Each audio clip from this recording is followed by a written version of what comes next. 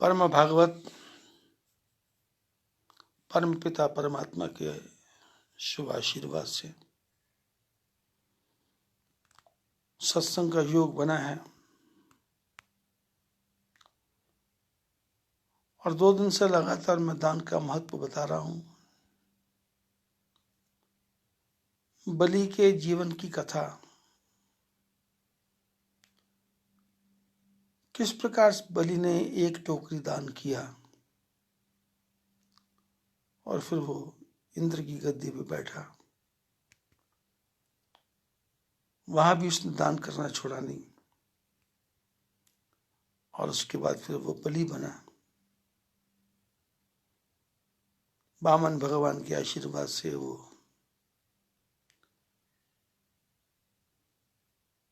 पाताल का राजा बन गया। ये धन शास्त्रों ने कहा, पानी बाढ़े नाव में, घर में बाढ़े दाम, दोनों हाथ उलीचिए यही सियानों का। घर में पैसा ज्यादा आ जाए उसका सदुपयोग करो।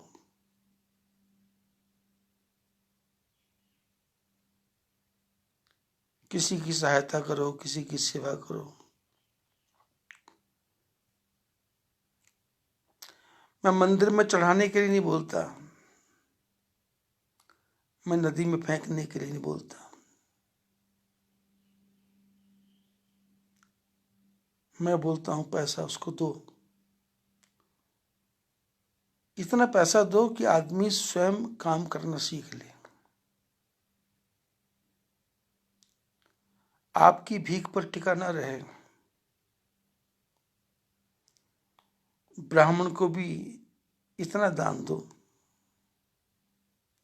कि वो आपके आगे 24 घंटे हाथ ना फैलाता रहे। सक्षम बनाओ। धन कुएं की तरह है, धन नदी की तरह है।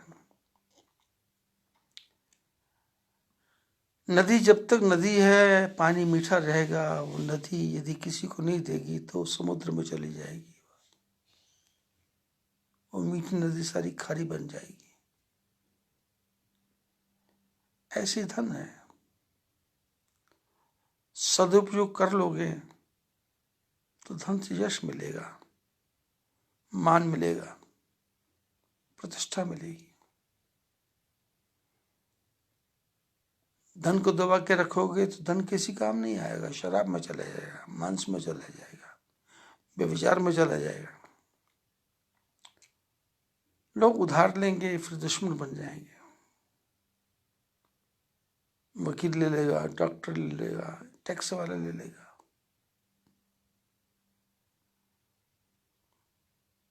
धन कुएं की तरह है।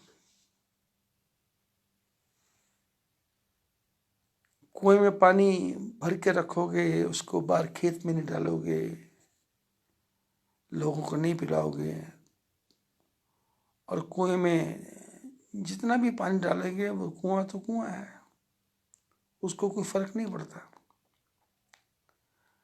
यदि 15-20 साल आपने इस कुएं में से पानी नहीं निकाला तो कुआं सड़ जाएगा। ऐसे ही धन की गति है, धन सड़ जाता है।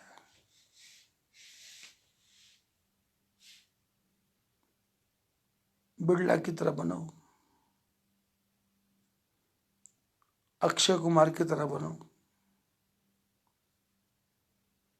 अंबानी की तरह बनो, विप्रो के मालिक प्रेम जी की तरह बनो, या बिल गेट्स की तरह बनो, या जुकरबर्ग की तरह बनो, फेसबुक का मालिक। सारे धन उसने बांट दिया ना, और उसके पास धन की कमी है क्या? हम जिस मुकेश अंबानी को सबसे धनी मानते हैं, उसने मुकेश अंबानी की कंपनी में 10% शेयर खरीद लिया। कारण क्या है? धन धन को खींचता है, धन कहता मेरे को सदुपयोग में लगाओ, अच्छे काम में लगाओ। धन के भागी चार हैं, धन के भागी चार हैं, धर्म चोर नृप आग, कोपे तापे भ्रातत्रय, करे जो ज्येष्ठ त्याग। धन के चार रिश्तेदार हैं, धन के चार मालिक हैं, धर्म, चोर, राजा और अग्नि। धन को धर्म में लगाओगे तो धर्म आपकी रक्षा करेगा। धर्मो रक्षति रक्षितः।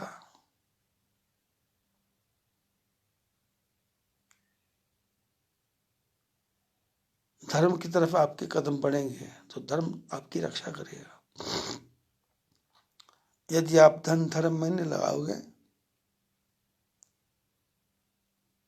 तो धर्म के तीन भाई छोटे हैं, राजा टैक्स लगा देगा।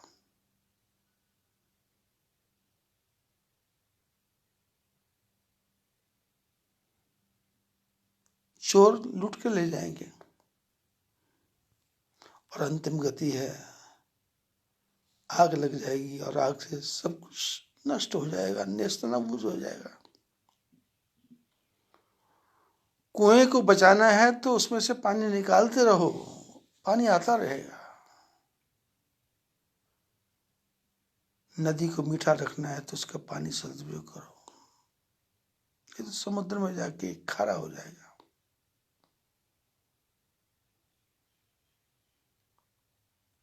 बलि ने धन का सदुपयोग किया, पर भावना कैसे बनी? उसकी इच्छा नहीं थी दान करने की, वो तो मरते मरते बोल गया तो दी वस्तु गोविंदम तुभ्यं समर्पित। उसकी इच्छा नहीं थी। उसका परिणाम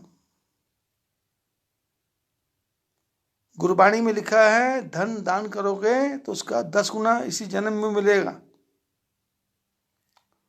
और 72 गुना परलोक में मिलेगा। दैदून 72 अखर, इस जीवन में 10 गुना, अगले जीवन में 72 गुना। किया हुआ अच्छा कर्म आपको कहीं ना कहीं फल जरूर देगा। इसलिए शास्त्रों ने, संतों ने कहा सत्कर्म करो। बुरे कर्मों का त्याग करो, मन को सत्संग की तरफ लगाओ, मन को ज्ञान की तरफ लगाओ, मन को परमात्मा के शरण में लगाओ और भगवान से हाथ जोड़ के प्रार्थना करो, प्रभु कुछ नहीं चाहिए,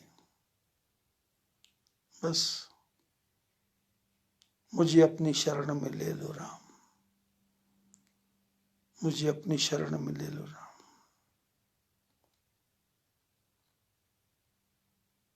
बलि ने दान किया, उसका फल क्या बना?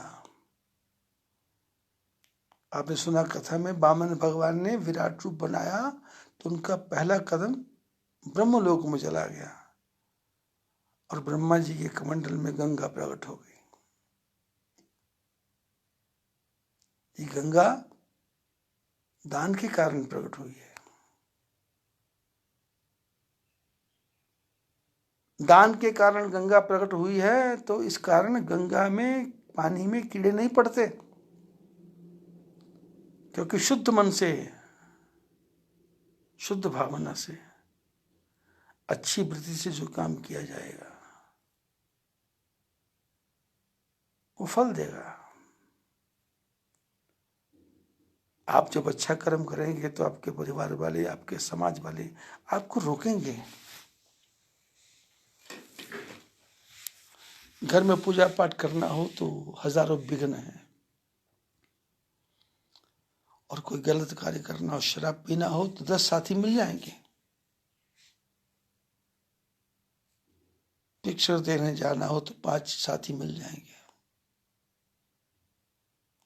लोग उसमें कंट्रीब्यूशन करेंगे, उसमें हेल्प करेंगे और आपको बुरे मार्ग की तरफ जाने में पूरी सहायता करेंगे। अच्छी कर्म करोगे तो उसका परिणाम गंगा बन जाएगी, गंगा, पवित्र गंगा। गंगा के बारे में लिखा है, गंगे तो दर्शनात् मुक्ति, न जाने स्नानात् किम फलम। गंगा, शास्त्रों में लिखा है, दर्श परश मज्जन अरूपाना, हर ही पाप कह वेद पुराना।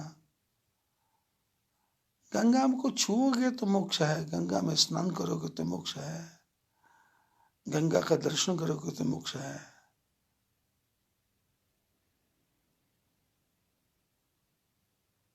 गंगा का स्पर्श करोगे तो मोक्ष है। गंगा मोक्षदायिनी है। सनातन धर्म में लिखा है, परिवार का कोई आदमी मर जाए, उसकी अस्थियों को गंगा में जाकर डाल दो। घर से थैली में बंद करके हड्डियों को लेके जाते हैं हरिद्वार, तो हरिद्वार में पंडा बोलता है, किसके फूल लाए हो? माँ गंगा कहती है, मेरे बेटे की हड्डियां नहीं है, मेरे लिए फूल हैं। किसी महापुरुष ने लिखा है कि जवानी के सुनहरी साल जिस घर में बिताए हैं, उसी में 2 घड़ी सरकार फिर टिकने न पाए हैं। ठुकराया हुआ माता पिता और पुत्र नारी से सहारा ढूंढता है, घूमता है बेकरारी से। मरने के बाद गंगा मैया तेरे दरबार में जब हड्डियों की मूठ आती है, तू उसको फूल कह करके कलेजे से लगाती है। जमाने भर के ठुकराए हुए को चैन आता है, तेरी गोदी में ही गंगे सदा आराम पाता है। संतों ने माँ गंगा को कहा कि मेरा कर दे बेड़ा पार, माता श्री गंगे। पतित पावनी नाम तुम्हारा, दुष्ट जनों को तुमने तारा, मेरा को कर उद्धार, माता श्री गंगे।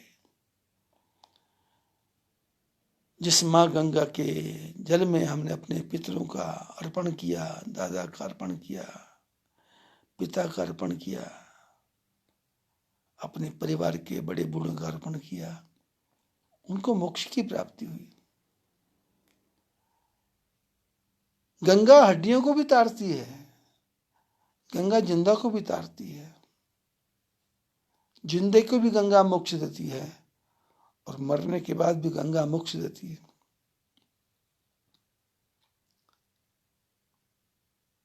नमस्तेस्तु गंगे त्वदंगम प्रसंगात, भुजंगा तुरंगा कुरंगा पलवंगा, अनंगारी रंगा सगंगा शिवांगा, भुजंगा दीपांगी कृतांगा भवंती।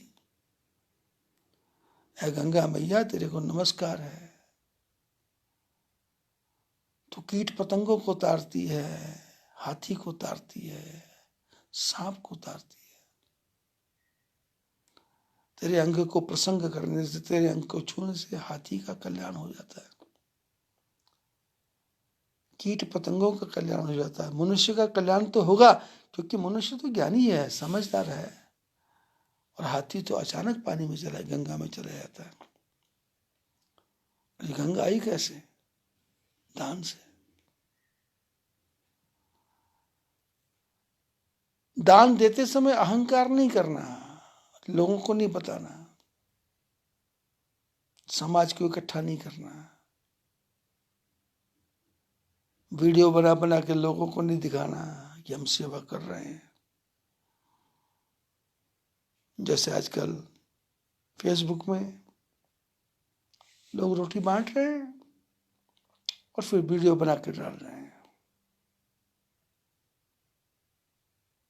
और बताना चाहते हैं कि हम दान कर रहे हैं। अरे तुम दान तब कर रहे हो ना जब ठाकुर जी ने तुमको दिया है, यदि देते नहीं तो तुम कहां से करते थे? बुद्धि परमात्मा ने दी है, भगवान ने बुद्धि दी है, आप उसका सदुपयोग कर रहे हो, उसको अच्छे कर्मों में लगा रहे हो।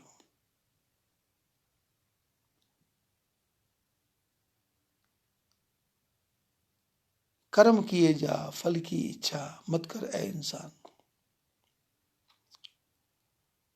एक छोटी सी टोकरी बलि ने अपने पूर्व जन्म में जबरदस्ती दान कर दी। पर ठाकुर जी ने कहा तूने प्रेम से की, जबरदस्ती की, पर दान तो की, विचार तो किया। मन में तो तुम्हारे आया कि मैं पुण्य का कार्य कर लूं।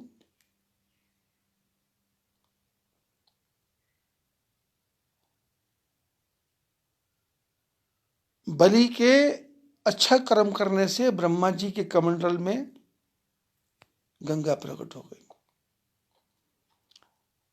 मैंने 2 दिन पहले बताया था कि मैं आपको बद्री विशाल की, केदारनाथ की, गंगोत्री की, यमुनोत्री की कथा सुनाऊंगा।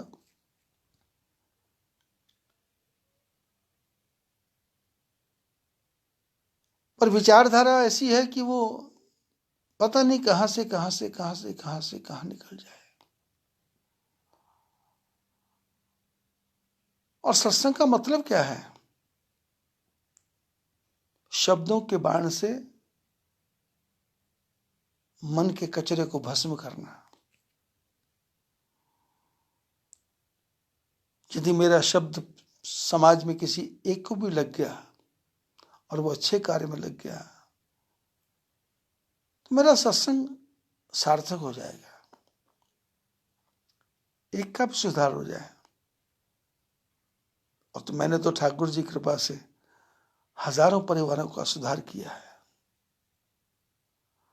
असम से लेके मेघालय, अरुणाचल, मणिपुर, त्रिपुरा, बंगाल, बिहार, राजस्थान, छत्तीसगढ़, मध्य प्रदेश, पंजाब, हरियाणा, हिमाचल, देश का कोई कोना छोड़ा नहीं। सब जगह राम नाम के हीरे मोती मैं बिखरा हूं गली गली, ले लो रे कोई राम का प्यारा, शोर मचाऊं गली गली। ढोल बजा बजा के, ताली बजा बजा के लोगों को प्रेरणा दी, लोगों को सीधे सच्चे मार्ग पे लगाया। लोगों को का पखंड नहीं। मैंने अपने सत्संग में किसी को नहीं कहा काम छोड़ो, क्रोध छोड़ो, मोह छोड़ो, अहंकार छोड़ो, संसार को छोड़ो। मैंने सबको ये समझाया काम करो, धन को कमाओ, पर धन को अच्छे कार्य में लगाओ, अच्छे कार्य में लगाओ। ये धन आपको अमर कर देगा, ये धन आपको सुकून शांति देगा, ये धन आपकी प्रतिष्ठा को बढ़ाएगा, ये धन आपको समाज में ऊपर लेके जाएगा। पर यदि दान आप दिखावे के लिए करते हो तो दान आपका पतन कर देगा।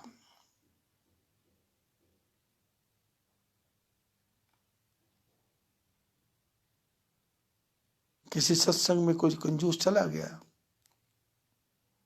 जिंदगी में कभी एक दमड़ी भी दान नहीं की थी, 1 रुपया भी दान नहीं किया था। सत्संग सुनते सुनते सुनते सुनते इसके मन में भी आ गया कि मैं भी दान करूं। तो इसने जेब में से एक चांदी का सिक्का निकाला बैठे बैठे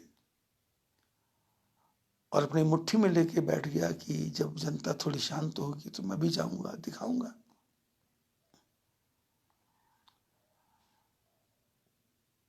दस 15 मिनट हो गए, भीड़ छटी नहीं, ये बैठा हुआ था और अचानक मुट्ठी में 1 रुपए का सिक्का, और मुट्ठी में पसीना आ गया,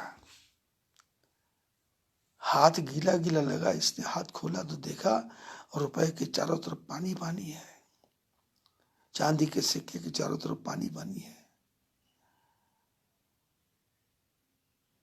इसने सिक्के को बोला कि तेरा मेरे से कितना प्यार है, तू मेरे को छोड़ना चाहता नहीं, तेरी आंखों में आंसू आ गए, तू भीग गया।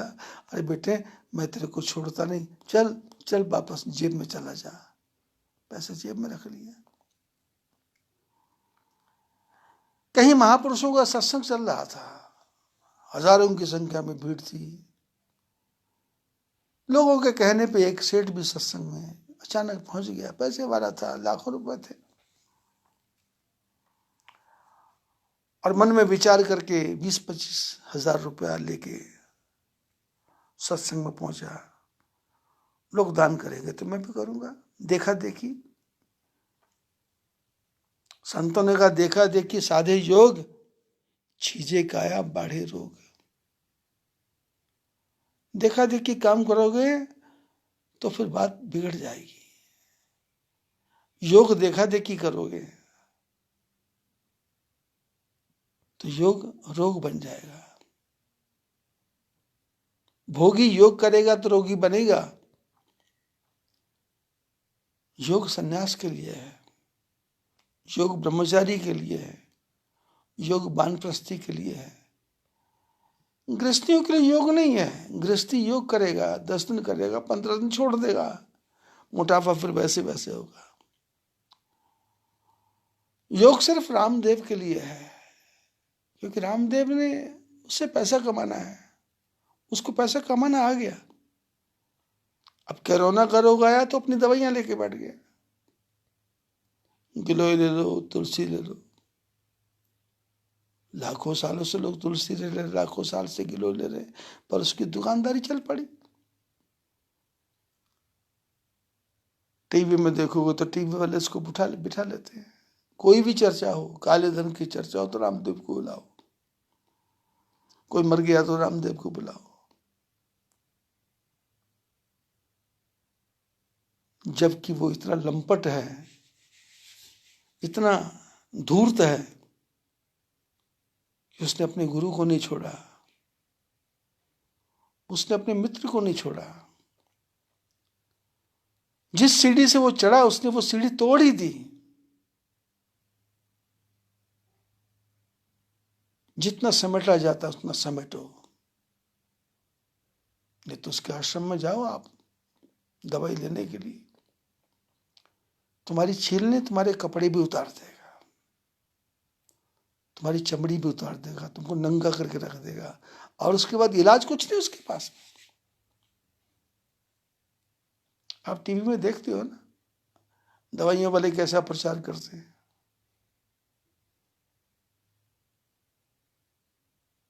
हर एक वैद्य के पास हर प्रकार की दवाई है, ऐसे ही रामदेव के पास हर प्रकार की दवाई है। देखा देखी नहीं करना। और भोगी को तो योग नहीं लिखा है। भोगी क्या योग करेगा बेचारा। बेटी की शादी करनी है, पोती की शादी करनी है, पड़पोती की शादी करनी है, मकान बनाना है, दुकान बनाना है, कौड़ी कौड़ी करके बेचारा पैसा जोड़ता है। 50 गज की 100 गज की जमीन लेता है, उसमें मकान बनाता है, फिर पैसा आता है, फिर आगे बढ़ाता है, फिर पैसा आता है, फिर आगे बढ़ाता है। आप लोगों के मकानों को देखो ना, पहले वो छोटे से कमरे में रहा करते थे और उसी को बढ़ा रहे थे, थोड़ा थोड़ा करते करते फिर ठाकुर जी कृपा हुई, बड़े मकान बन गए।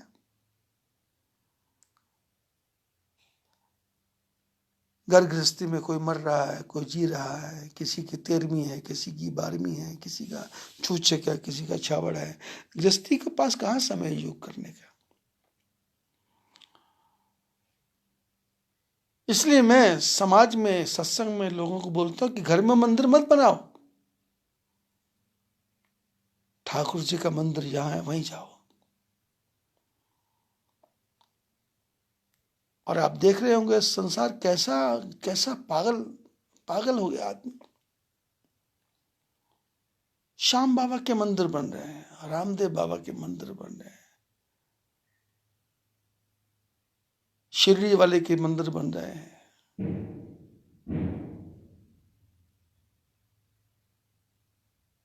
और देखा देखी मंदिर बन रहे हैं, गली गली मंदिर बन रहे हैं। क्या आवश्यकता है? इतने मंदिरों की आवश्यकता नहीं है। मन मंदिर तद भेष कलंदर।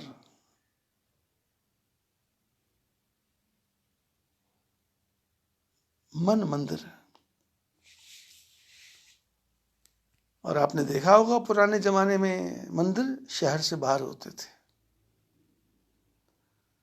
आदमी फुर्सत निकाल के वहाँ जाता था, आधा किलोमीटर 1 किलोमीटर पैदल जाता था, फिर ठाकुर जी को प्रणाम करता था, फिर उसके बाद भी परिक्रमा करता था, झुकता था, दोनों हाथ जोड़ के प्रणाम करता था, प्रसाद लेता था, भगवान की परिक्रमा करता था। यानी कानी च पापानि जन्मांतर कृतानि च तानि तानि विनश्यन्तु प्रदक्षिणाम पदे पदे। जितने कदम हमने प्रदक्षिणा ली, हमारे जन्म जन्म के पाप नष्ट हो गए। ठाकुर जी के मंदिर के पीछे गए तो प्रणाम किया, ठाकुर जी के बाएं गए तो प्रणाम किया, ठाकुर जी के दाएं किए तो प्रणाम किया, ठाकुर जी के सामने आए तो प्रणाम किया। ये क्या है? ये योग है। योग में जुड़ना। जुड़ना किससे? परमात्मा से। अब परमात्मा से जुड़ना तो क्या करना है? मंदिर में जाकर के घर गृहस्थी की बात नहीं करना, मंदिर में जाकर के संसार की बात नहीं करना, मंदिर में जाके तो परमात्मा की बात करना है। श्रवणम कीर्तनम विष्णु अर्चनम वंदनम दास्यम सख्यम आत्म निवेदनम। 9 प्रकार की भक्ति है मंदिर शहर से बाहर। होड़ मत लगाओ, चले सब श्याम बाबा का दर्शन करने, चले सब दिनों, कल चले सब रामदेव बाबा के यहाँ, रामदेवरा। और होड़ लगी है, 5 करोड़ का मंदिर बन गया, 10 करोड़ का मंदिर बन गया, होगा क्या? क्या बनेगा उससे? क्या मिलेगा उससे?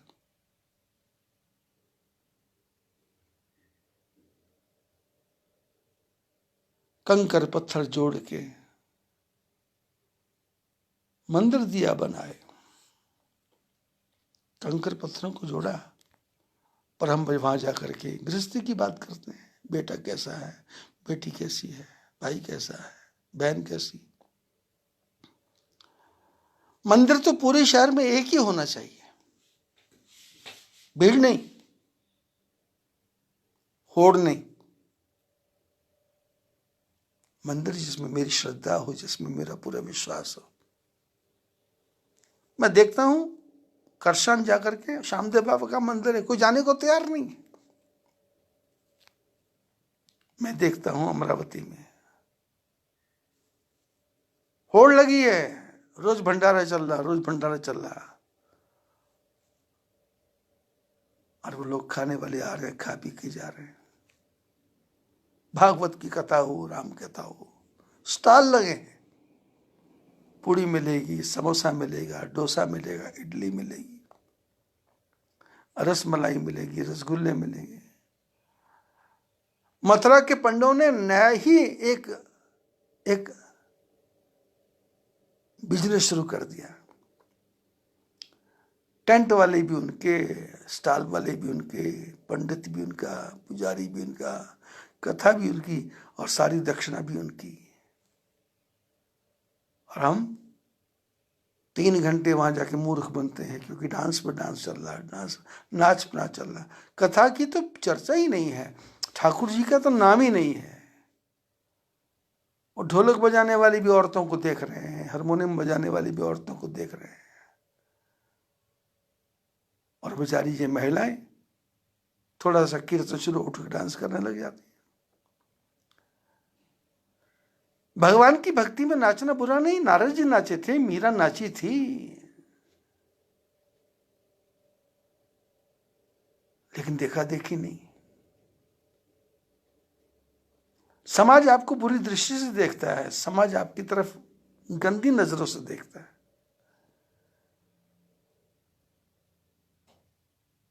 क्योंकि आजकल के जो कथाकार हैं, वो कथाकार क्या है? पैसे की भूख है।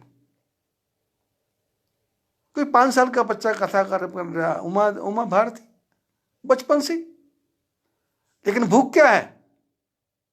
मेरे कुछ भी पद भी मिल रहे हैं, और हुआ कि लाल कृष्ण आडवाणी को गाली दे दी, क्योंकि बुद्धि नहीं थी।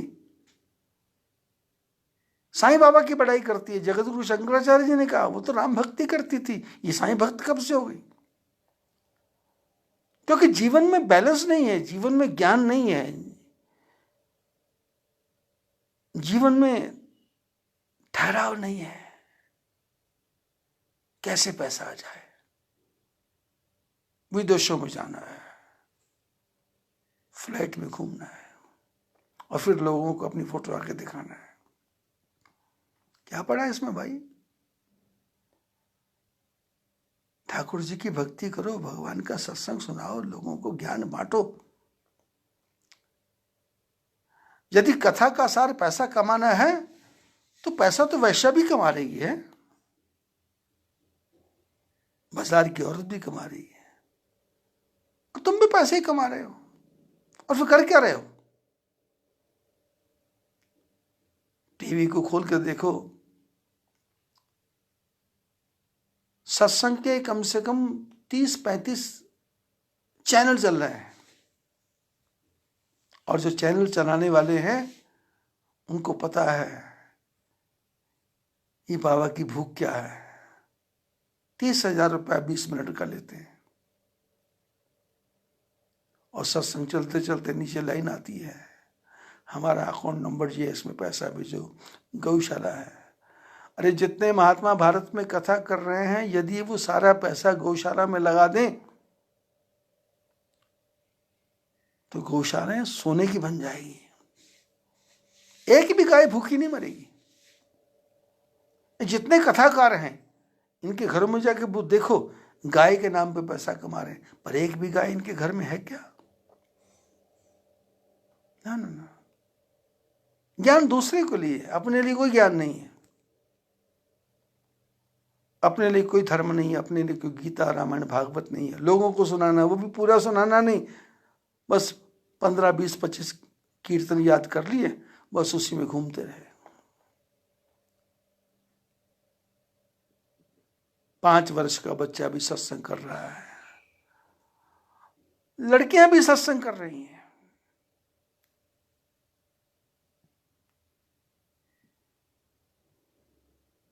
बुढ़े भी सत्संग कर रहे हैं, बड़े बड़े जटाधारी भी सत्संग कर रहे हैं। कल मैं देख रहा था फेसबुक पे, एक जटाधारी महात्मा जी जिनकी उम्र करीब 40-45 साल होगी, कान पे माइक लगा करके, वो माइक ठीक ही नहीं हो रहा था, गले में तुलसी की 20-20 माला पहनी है, हाथ में माला है, बाहों में माला है, सारे शरीर में माला माला है, पर मन के अंदर क्या है कि बस माइक ठीक हो जाए, मैं फेसबुक पे सत्संग कर लूं। और सत्संग क्या, बस कीर्तन चालू कर दो, हरे कृष्ण हरे राम राम राम हरे। ढोलक बज रही है, हारमोनियम बज रहा है। ये तत्व नहीं है। तत्व क्या है? आपकी वाणी से दूसरे के मन में परिवर्तन हो, आप दूसरे के मन को मोड़ दो, आप दूसरे के हृदय के अंदर घुसो, गूढ़ ज्ञान दो, गूढ़ ज्ञान। और वो ज्ञान ऐसा साधारण भाषा में, टफ भाषा में नहीं है। आपको संस्कृत के श्लोक बहुत आते हैं, पर सामने वाले को समझ आ रहा है क्या? मैं बता रहा था, वो सेठ सत्संग सुनने चला गया, 25,000 रुपये जेब में लेके गया। सत्संग में अनाउंस हुआ, किसी ने 500 दिया, किसी ने 1000 दिया, और सेठ लेट पहुंचा था तो सबसे पीछे जगह मिली, और वहां के प्रबंधकों ने आगे जाने नहीं दिया। सत्संग जब टॉप पे था तो सेठ खड़ा होके बोला, मेरी तरफ से 25,000 रुपया, 25,000 रुपये। स्टेज पे बैठे महात्मा की, प्रबंधक की दृष्टि गई, 25,000 तो जो सेवा करने वाले थे उनको बोला इनको आगे लेके आओ। रास्ता बनाते बनाते बनाते बनाते स्टेज पे पहुंच गया। जो महात्मा कथा करते उन्होंने कुर्सी में बुला के उसको बिठा दिया।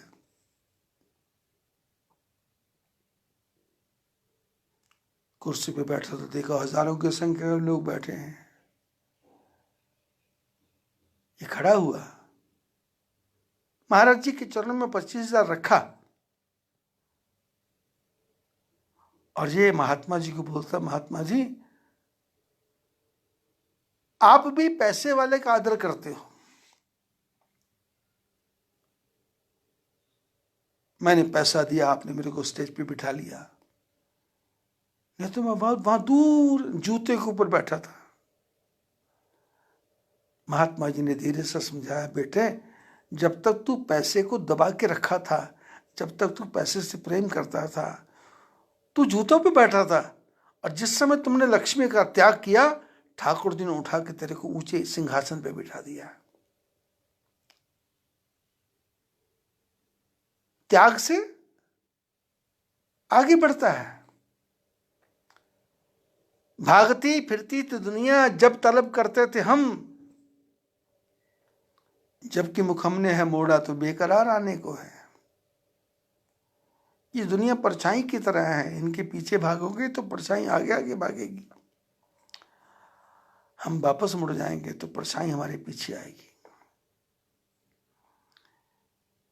दुनिया हमको मान दे सम्मान दे ऐसी कामना करना नहीं, कर्म ऐसे करना कि उससे तुमको मान मिलेगा ही मिलेगा, तुमको यश मिलेगा ही मिलेगा। सुंदर कपड़ों में यश नहीं है, बढ़िया हेयर स्टाइल में यश नहीं है, शेविंग कर लिया तो उसमें यश नहीं है, आंखों में काजल लगा लिया, मेकअप कर लिया, इसमें यश नहीं है। यश तो कीचड़ में खिलने वाला कमल है, कीचड़ में खिलता है और कमल पूरा खिलता है और सुगंधी फैलाता है, पर खिलता कीचड़ में है। देखो कमल का फूल भी काम आता है, कमल की डंडी भी काम आती है, जिसको कमल दंड बोलते हैं, उसकी सब्जी बनती है। कमल का पुष्प शंकर भगवान को चढ़ता है, और कमल में जो दाने बनते हैं उसकी लक्ष्मी की माला बनती है, जिसको कमल गट्टा बोलते हैं। कमल गट्टा लक्ष्मी की माला बनती है, उससे माला फेरी जाती है।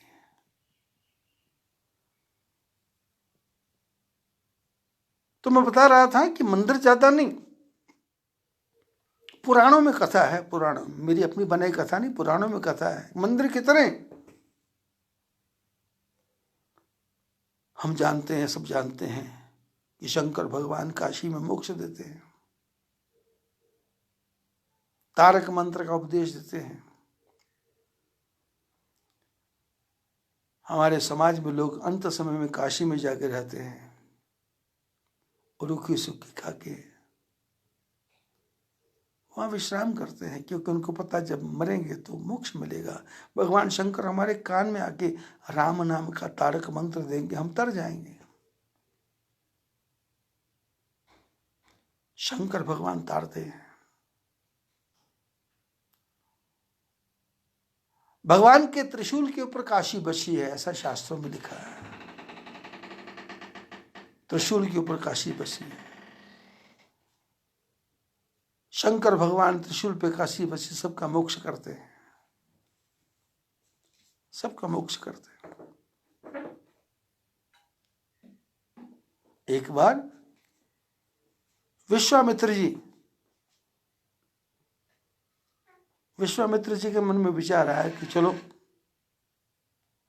हम भी काशी का दर्शन करें, हम भी शंकर जी की नगरी का दर्शन करें। शिष्यों के साथ में विश्वामित्र जी काशी में पहुंचे, क्योंकि सुना था जो काशी में जाता है वो भूखा नहीं मरता, जो काशी में रहता है उसको मोक्ष होता है, जो काशी में रहता है उसको शांति मिलती है। हजारों शिष्यों के साथ में विश्वामित्र जी काशी पहुंचे। तो उस दिन कोई देवयोग ऐसा हुआ, परमात्मा की इच्छा उससे हुई कि उस दिन पूरी काशी में इनके किसी शिष्य को भोजन नहीं मिला, विश्वामित्र जी को भोजन नहीं मिला। गली गली घूमे, अन्नपूर्णा माता कहीं बाहर गई हुई थी, पार्वती जी को ध्यान नहीं रहा, नहीं शंकर जी तो अपनी समाधि में थे।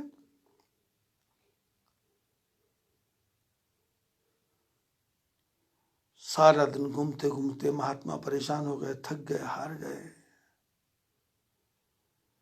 शाम का, संध्या का समय हो गया। महात्माओं ने कहा गुरु जी से, महाराज आज तो भूखे मर गए, अच्छा आप लाए काशी में, कुछ भी तो खाने को नहीं मिला।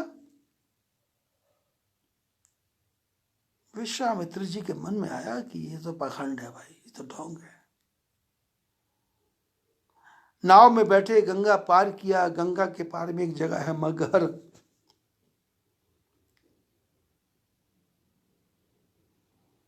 यहां काशी राजा रहते हैं। सारे संतों को लेकर के गंगा पार करके, गंगा पार करने के बाद में विश्वामित्र जी ने अब सब शिष्यों को कहा, देखो ये शंकर ने लोगों को पागल बनाया है, इसकी काशी के सामने एक हम नई काशी बनाएंगे, न्यू काशी। जैसे गांव में रामनगर होता है तो नया नगर बन गया तो न्यू रामनगर, कृष्ण नगर होता है न्यू कृष्ण नगर। ऐसे ही शंकर भगवान ने कहा नई काशी बनाएंगे, और मेरी काशी में मैं ऐसी व्यवस्था करूंगा कि सबको कपड़ा मिलेगा, सबको भोजन मिलेगा, सबको जीवन भर आनंद मिलेगा, और मरने के बाद सबको मोक्ष मिलेगा। इधर विश्वामित्र गंगा नदी पार कर गए, इधर शंकर भगवान जब घर में आए तो पार्वती भी आ गई और अन्नपूर्णा माता भी आ गए। तो शंकर भगवान के गणों ने आके सूचना दी कि महाराज जी आज तो अनर्थ हो गया। बोले क्या? बोले विश्वामित्र जी आए थे, उनके साथ हजारों शिष्य थे, पर आज हमारे यहाँ किसी को भोजन नहीं मिला।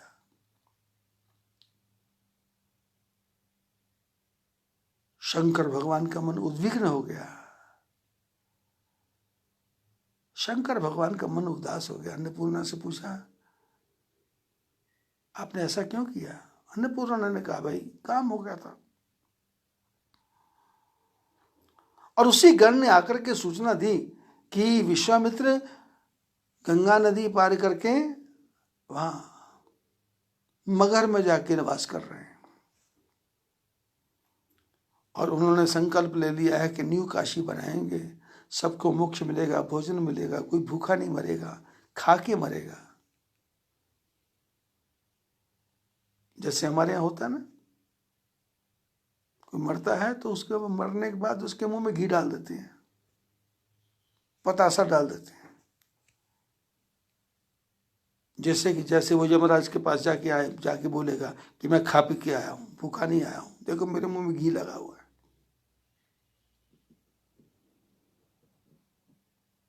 रियलिटी का पता नहीं है, सच्चाई का पता नहीं है, वास्तविकता का पता नहीं है। बस उसका बाप मरा था तो घी डाला था, हम भी घी डालेंगे, उसकी माँ मेरी तो घी डाला, हम भी घी डालेंगे। अरे भाई क्यों डाल रहे हैं ये? कुछ पता तो करो। पर कौन पता करेगा, कौन बताएगा? क्योंकि जो बताने वाले हैं उनका ध्यान है जनता कितनी आई है, भीड़ कितनी आई है, डांस करने वाले कितने आए हैं, राधे राधे करने वाले कितने आए हैं। जबकि भागवत पढ़ोगे तो राधा रानी की चर्चा ही नहीं है पूरे भागवत में। पूरे भागवत में राधा रानी की चर्चा ही नहीं है। राधा रानी कौन है मालूम ही नहीं है। और ये कथाकार, इसको तो सब में राधा ही दिख रही है। ये तो कन्हैया बन के बैठा है, ये तो सोच रहा मैं ही कन्हैया हूं, कन्हैया की कथा कर रहा है और अपने को कन्हैया समझ रहा है।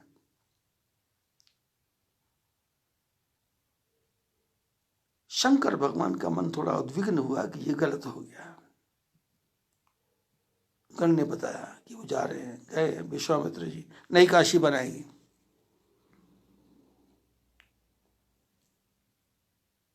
शंकर भगवान ने कहा, अरे यदि नई काशी बन गई तो मेरी काशी का महत्व खत्म हो जाएगा, लोगों का मन बढ़ जाएगा, लोगों का दिमाग बढ़ जाएगा, लोगों के विचार बढ़ जाएंगे, आपस में द्वंद्व हो जाएगा, आपस में झगड़ा हो जाएगा। दो काशी नहीं बननी चाहिए, एक ही काशी होनी चाहिए। शंकर भगवान के पुत्र गणेश जी, शंकर भगवान ने गणेश जी को बुलाया, कहा बेटे गंगा के पार विश्वामित्र गए, वो नई काशी बना रहे हैं, कुछ ऐसा करो कि जिससे वो काशी फ्लॉप हो जाए, ना बने। मना नहीं करना, जो काम करते करने देना। पर दूसरे दिन प्रातः काली गणेश जी नदी पार करके जैसे तैसे तैरते फिरते पार पहुंच गए। कपड़े फटे हुए हैं, आंखों में कचरा जमा हुआ है, कान बड़े बड़े हैं। विश्वामित्र जी के शिष्यों ने देखा कोई आदमी पागल सा, मोटा पेट है और लंबी सूंड सी है। अरे भाई तुम कौन हो, तुम कौन हो, तुम कौन हो? तो उसने कहा मैं शंकर भगवान का बेटा हूं। तो यहाँ क्या करने आया? तो गणेश जी ने कहा आप कल क्या करने गए थे? बोले हम तो हम भोजन करने गए थे। मिला? मिला? उन्होंने कहा नहीं। बोले जो हाल तुम्हारा वही मेरा है, मेरा इतना बड़ा पेट है, मेरे को बहुत चाहिए खाने को, पर मेरे पिताजी तो शमशानेश्वा क्रीड़ा स्मरहर पिशाचा सहचरा, वो तो शमशान में रहने वाले हैं, पिशाचों के साथ घूमते हैं, उनके जो गण हैं पिशाच हैं, भूत हैं। जो भूत पिशाचों के साथ रहता हो, आप उसके बारे में स्वयं ही सोच सकते हो। मेरी बहुत दुर्दशा है। अब शिष्यों ने देखा कि शंकर भगवान का पुत्र आया है, तो इसको पकड़ के विश्वामित्र जी के पास ले गए। विश्वामित्र जी को बताया कि ये देखो उसी का बेटा आया, यहाँ कल गए थे, बड़ा आप ढोल बजा रहे थे, रोटी मिलेगी रोटी मिलेगी, ये भूखा प्यासा आ गया। सबसे पहले विश्वामित्र जी ने खाने की व्यवस्था की, तो गणेश जी तो कम से कम 20-25 किलो खा गए। भोजन करने के बाद में विश्वामित्र जी ने पूछा भाई क्या है? बोले मैंने पिताजी को छोड़ दिया है, त्याग करके आया हूं। विश्वामित्र जी ने कहा कि इसको अपने पास रखो, ये घर का भेद जानता होगा तो इससे भेद पूछ लेंगे, क्योंकि काशी नए बनाए हैं, आर्किटेक्ट की जरूरत है, भवन निर्माण में जो कुशल है उसकी जरूरत है, और ये तो बुद्धि का देवता है, ज्ञान का देवता है, इससे कुछ ज्ञान मिलेगा। भवन कितने सुंदर बनाने हैं, तो वो पास में रख लिया। अब गणेश जी का पेट तो मोटा, चल नहीं सकते, 24 घंटे बैठे रहना। कभी गुरु जी को पानी की बाल्टी ला के दे दी, कभी लोटा ला दिया। और एक काम बहुत अच्छा करते थे, संध्या के समय जब गुरु जी थक के हार के आते थे तो उनके चरणों की सेवा करते थे, पैर दबाते थे, खूब पैर दबाते थे, हाथ दबाना, पैर दबाना, सिर दबाना, कमर को दबाना। गुरु जी बहुत प्रसन्न होते, बेटे तू बहुत अच्छा है, तेरे पिताजी को क्या हो गया? तो गणेश जी बात को पलट देते, पिताजी की बात मत करो, आप मेरे से मेरी बात करो, अपनी बात करो, उनके बारे में मैं कुछ सुनना ही नहीं चाहता। क्योंकि गणेश जी चाहते थे पिताजी की बुराई नहीं करूं, और विश्वामित्र सोचते थे कि ये उपेक्षा कर रहा है, ये बाप के विरोध में है। करते करते करते करते बहुत दिन बीत गए, काम जोरों पे चल पड़ा, भवनों का निर्माण होने लग गया। एक दिन गुरु जी की सेवा करते करते, सेवा का चक्र ऐसा है कि यदि पैर दबाने की आदत पड़ जाए तो दबाने वाला थक जाता है, पर जो जिसके पैर दबा रहे वो बोलते ही नहीं कि बस बंद कर दो। तो गणेश जी भी गुरु जी की सेवा करते, तो गुरु जी बोलते ही नहीं बंद करो, चलता रहता। 12-1 रात के, एक पहर बीत गया, दूसरा पहर बीत गया, गुरु जी को नींद आने लगी तो गणेश जी ने थोड़ा गुरु जी को जोर से हिलाया। जब जोर से हिलाया तो नींद टूटी। नींद टूटी तो गुरु जी ने कहा क्या है? बोले गुरु जी आपसे एक बात पूछना था। बोले क्या? बोले यहाँ क्या कर रहे हो आप? तो विश्वामित्र जी ने सीधी सादी भाषा में बताया कि बेटे हम यहाँ नई काशी बना रहे हैं, जो यहाँ रहेगा उसको रहने का खाने की सारी व्यवस्था होगी, भूखा नहीं मरेगा, और नियम है जो यहाँ मरेगा उसको मोक्ष मिल जाएगा। गणेश जी ने कहा बहुत अच्छा काम कर रहे हो, बड़ा अच्छा काम कर रहे हो। 2-4 महीने और बीते, फिर वही क्रम। रात के 2 बजे गणेश जी ने गुरु जी को झटका सा मारा। गुरु जी उठे, बोले क्या है? आराम से नहीं बैठता? नींद टूट गई थी ना। तो गुरु जी को गुस्सा आया, क्या कर रहा है? बोले गुरु जी आप यहाँ क्या बना रहे हो? गुरु जी ने कहा नई काशी बना रहे हैं भाई, जो मरेगा मोक्ष मिलेगा, खाना मिलेगा, रहने को मिलेगा, सारी व्यवस्थाएं करेंगे हम, तेरे बाप की तरह नहीं है। गणेश जी ने कहा बहुत अच्छा काम कर रहे हो। 15-20 दिन के बाद फिर वही क्रम, 15-20 दिन फिर वही क्रम, 15-20 दिन वही क्रम।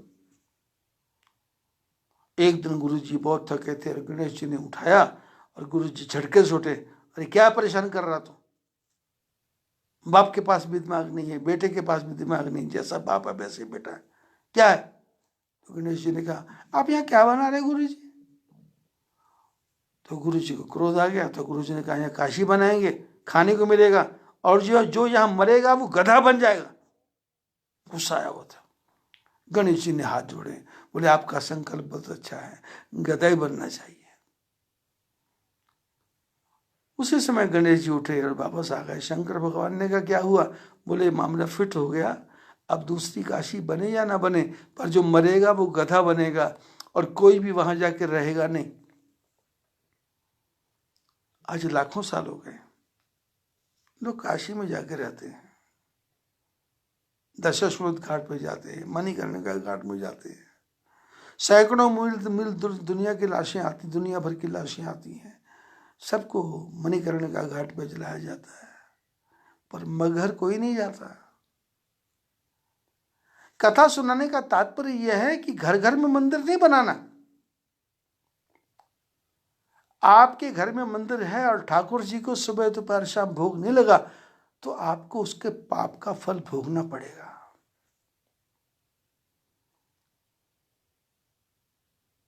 शहर के बाहर मंदिर है, पुजारी की व्यवस्था है, प्रातः काल, दोपहर को, रात्रि को शयन आरती होती है, प्रातः काल की मंगला आरती होती है, भगवान को भोग लगता है। भगवान का भोग लोगों में बढ़ता है। बद्रीनाथ जाओ, केदारनाथ जाओ, गंगोत्री जाओ, यमुनोत्री, ठाकुर जी को भोग लगता है, ठाकुर जी का प्रसाद बंटता है। और घर में मंदिर बना के क्या करोगे?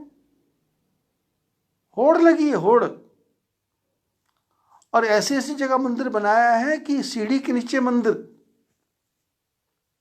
जहां जूते रखते उसके पास मंदिर। और मंदिर जाके देखोगे, घरों के मंदिर, तो 300 मूर्तियां इकट्ठी हो गई उस मंदिर के अंदर, जगह नहीं है रखने की। जबकि शास्त्रों ने कहा था मंदिर में एक ही भगवान की फोटो रखनी चाहिए, एक ही भगवान की मूर्ति, यदि घर में बनाया है तो। वैसे तो बनाना ही नहीं, मंदिरों की लाइन थोड़ा लगाना है।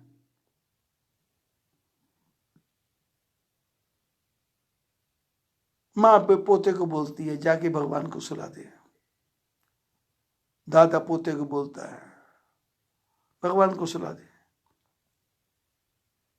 अरे ऐसा कैसे अत्याचार हो रहा है? ठाकुर जी का मंदिर ऐसा नहीं, ठाकुर जी का मंदिर है, उसमें प्राण प्रतिष्ठा है, भगवान साक्षात है। दुनिया भर के लोग आते हैं भगवान के मंदिर में आके झोली फैलाते हैं, भगवान से तन मांगते हैं, धन मांगते हैं, पुत्र मांगते हैं, पौत्र मांगते हैं, भगवान सबकी कामना पूरी करते हैं। भगवान के दर से कोई निराश जाता नहीं है। भगवान सबको जैसी भावना है, जैसा वो योग्य है, यथा योग्य फल देते हैं।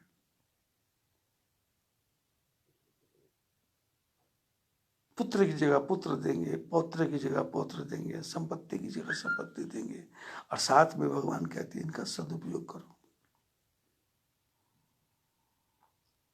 धन धनात् धर्म तथा सुखम लिखा है शास्त्र में। धन से धर्म करो और धर्म से सुख मिलेगा। अपने शरीर पर मत लगाते रहो। मैं भी 4-5 महीने घूमने गया तो प्रवास में मैंने लोगों के मकान देखे। 5-5 कमरों के मकान, 6-6 कमरों के मकान, रहने को सिर्फ पति पत्नी, कांच के दरवाजे, संगमरमर, हर कमरे में टीवी लगा हुआ है, हर कमरे में टीवी लगा। दादाजी का टीवी अलग, पोते का टीवी अलग, पत्नी का टीवी अलग, पति का टीवी अलग, बच्चों का टीवी अलग।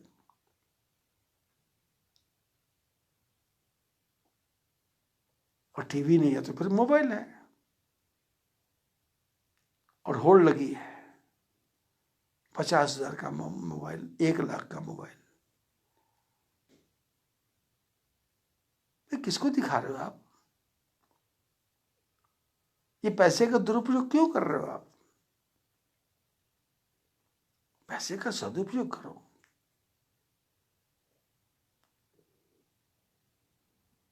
पैसे को अच्छे मार्ग पे लगाओ। बलि ने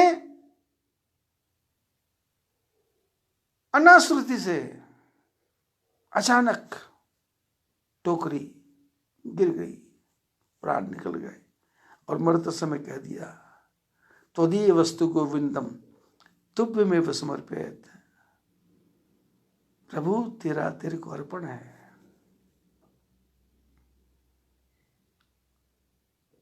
भगवान सत्यनारायण की कथा में आरती गाते हैं ना, तन मन धन सब है तेरा, प्रभु सब कुछ है तेरा, तेरा तुझको अर्पण, क्या लागे मेरा, क्या मेरा। अभी लॉकडाउन है,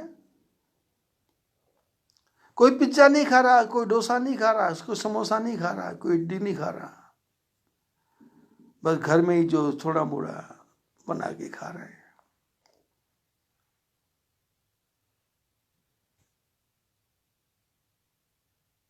डिब्बे भरे हैं सामान के, सड़ रहे हैं, कोई पूछने वाला नहीं है। धन कितना हमारे पास में उसका पता नहीं, पर अभी कोरोना फैला हुआ है। अरे 1 ट्रक आटा ले आओ,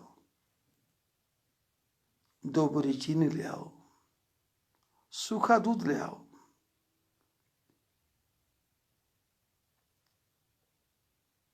राशन की किट बनाओ, दाल रखो, चावल रखो, तेल रखो, मिर्ची रखो, हल्दी रखो, नमक रखो। चुपचाप धीरे से जाके जो योग्य हैं, जिनको आवश्यकता, उनको दे दो। गरीबों में नहीं बांटना।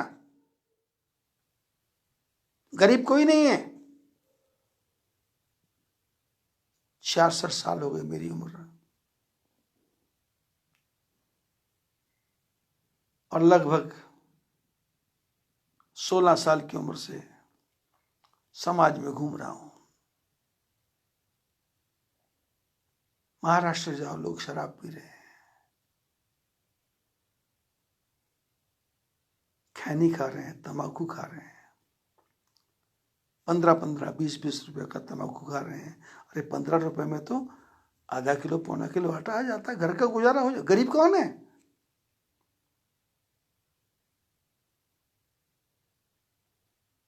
सरकार ने इतनी योजनाएं चला रखी हैं, पर लोगों को कैरम बोर्ड खेलने से फुर्सत मिले तब ना। कल मैं किसी से बात कर रहा था नान हिमाचल प्रदेश में, तो जिससे बात कर रहा था, मैंने कहा क्या करते हो? भगवान का भजन कर रहे हैं। बोले नहीं, पतंग उड़ा रहे हैं। बोले पूरे नाहन में सब लोग पतंग उड़ाते हैं, शाम को 4 बजे से लेके रात के 7 बजे तक पूरा नाहन पतंग उड़ा रहा। अरे बुद्धि में कहां पत्थर पड़ गया है। ठाकुर जी ने समय दिया था भगवान का भजन करने के लिए, तूने आशिक ले तेरी आयु चली, जी में पानी में नाव मलाह चलाई। ज्यादा नहीं तो एक घड़ी कर ले सत्संग तज आरस ताई। आलस को छोड़ के सत्संग कर ले, आलस छोड़, एक खेल कूद छोड़, ये पतंग उड़ाना छोड़। इसमें ठाकुर जी की कृपा नहीं होगी, पतंग कट जाएगी, दूसरे की कटेगी, तुम्हारी कटेगी, डोर चली जाएगी, हाथ कटेंगे। जैसा तुम करोगे वैसे बच्चे करेंगे। अरे खाली समय है, 10 दोहे रामायण के पढ़ो रोज, और फिर उनका अर्थ देखो, फिर इसको ध्यान से मन में बिठाओ, तुमको ज्ञान ही ज्ञान मिलेगा। तुम राम जी के बारे में नहीं जानना चाहते तो उत्तरकांड पढ़ लो।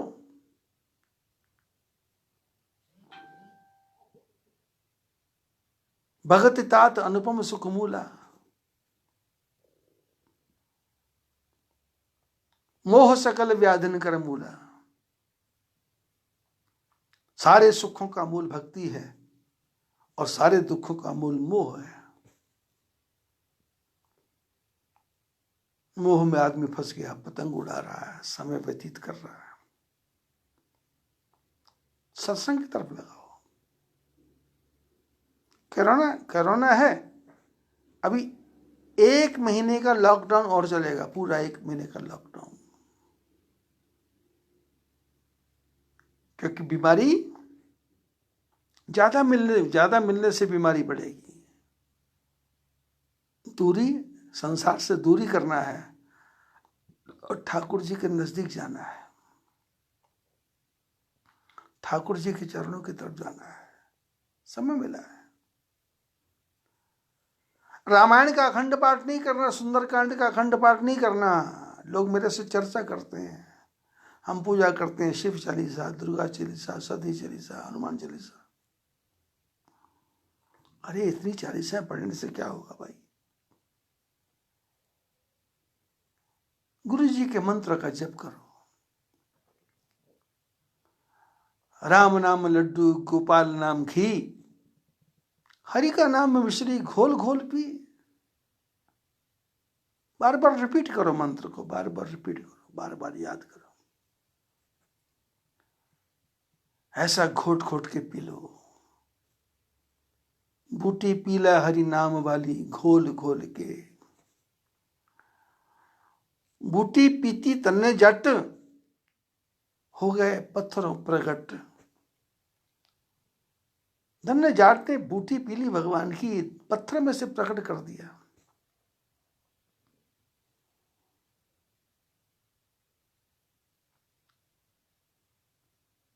पत्थर में से मैंने दिया दिखाई, मनमोहन मुरली वाला। पत्थर में से मोहन मुरली वाला दिखाई देगा। समय मिला है, शिव पुराण है, देवी भागवत है, किताब खोल के बैठो, दूर दूर बैठो। बोलने वाला बोलेगा, सुनने वाले सुनेंगे, समय पास हो जाएगा। अब टीवी लगाओगे तो उस पर तो यही बताएगा 10 लाख बीमार हैं, 20 लाख बीमार हैं, 1 लाख बीमार हैं, 2 करोड़ बीमार हैं। अब से तुम्हारे को क्या मिलने वाला है? ये तो पालघर की घटना, लगे लगे। और आज तो मैंने सुना है महात्मा लोग मौन व्रत, एक टाइम रोटी नहीं खाएंगे। अरे उससे क्या बनने वाला है? पागल लोगों, मूर्ख लोगों। कई लोग पागल मुंडन करवा रहे हैं। अरे अपने बाप के मर्रे में मुंडन करवाओ ना। घटना हो गई, ये राज्य सरकारों का काम है।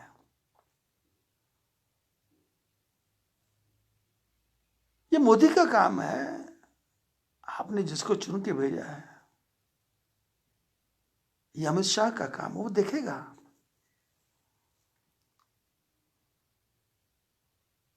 हमको तो अपने घर की पड़ी हुई चीज का पता नहीं, कौन सी चीज कहां पड़ी है, और अमित शाह को तो पूरे भारत को देखना है। कहां से दवाइयां मंगवानी है, कहां से किट मंगवानी है। मैं तो बार बार कहता हूं, लाखों की संख्या में बीमार निकलेंगे, क्योंकि हमारे पास किट ही नहीं है, टेस्ट करने की किट नहीं है। जितना ज्यादा किट इस्तेमाल करेंगे। आप कहते हैं उड़ीसा के मुख्यमंत्री ने साफ कहा दिया कि 1 महीने और बढ़ाओ। बंगाल लाखों लोग निकलेंगे। बीमारी फैल गई है, ये हैजा है, ये प्लेग है, ये मलेरिया है, ये डेंगू है, ये साइरस है।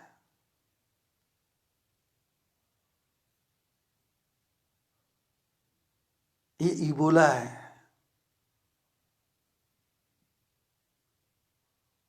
ये प्रकृति का शाप है।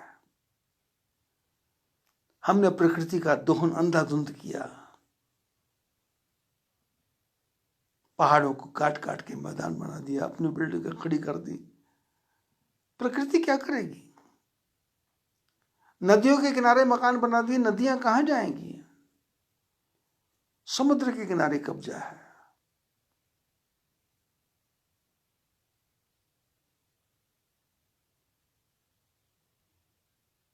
हर एक परिवार कार लेने के चक्कर में है। देखा देखी, जवाई के पास कार है तो हमारे पास भी होनी चाहिए। उसका कोई मतलब नहीं है कार का। जिसने कार रखी है उसको पूछ के देखो, टैक्स भरना पड़ता है, इंश्योरेंस करानी पड़ती है, ड्राइवर लाइसेंस बनाना पड़ता है। और यदि गाड़ी चलाने नहीं आती तो ड्राइवर को रखना पड़ता है। और ड्राइवर आप गाड़ी पर रखोगे तो आपकी बेटी की तरफ बुरी दृष्टि से देखेगा, आपकी पत्नी की तरफ बुरी दृष्टि से देखेगा।